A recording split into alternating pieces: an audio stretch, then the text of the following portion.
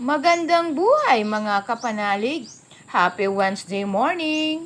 Ang ating mabuting balita ngayon ay mula sa aklat ni San Lucas 12:39-48. Maging handa kayo sapagkat hindi nyo alam kung kailan darating ang magnanakaw. Maging handa. Paano ba dapat gawin para tayo ay maging handa sa buhay? Sa buhay natin, walang sino man ang nakakaalam sa kawakasan ng ating mga buhay. Kung kaya't sa mga pagkakataon na tayo ay narito pa sa mundong ibabaw, ay gawin ang mga bagay na alam nating makakabuti sa bawat isa. Huwag natin aksayahin ang mga pagkakataong ibinibigay sa atin upang gumawa ng kabutihan sa kapwa. Maikli lang ang buhay, mga kapanalig. Kaya huwag natin itong sayangin.